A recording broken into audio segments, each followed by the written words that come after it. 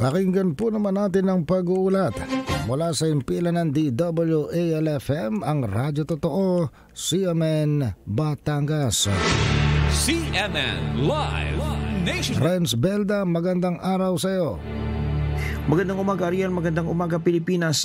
Formal lang manunungkulan bilang officer in charge ng Batangas City Police Station si Police Lieutenant Colonel Shamgara Valdez matapos na maisagawang turnover ceremony sa tanggapan ng Deputy Provincial Director for Administration Police Lieutenant Colonel Jester Calderon na ginanap sa Camp General Miguel Malvar. Sa gabay at patnubay ng Batangas Police Provincial Office Provincial Director Police Colonel Samson Belmonte, pinangunahan ni Calderon ang seremonya sa pagluklok sa tungkulin kay Police Lieutenant Valdez.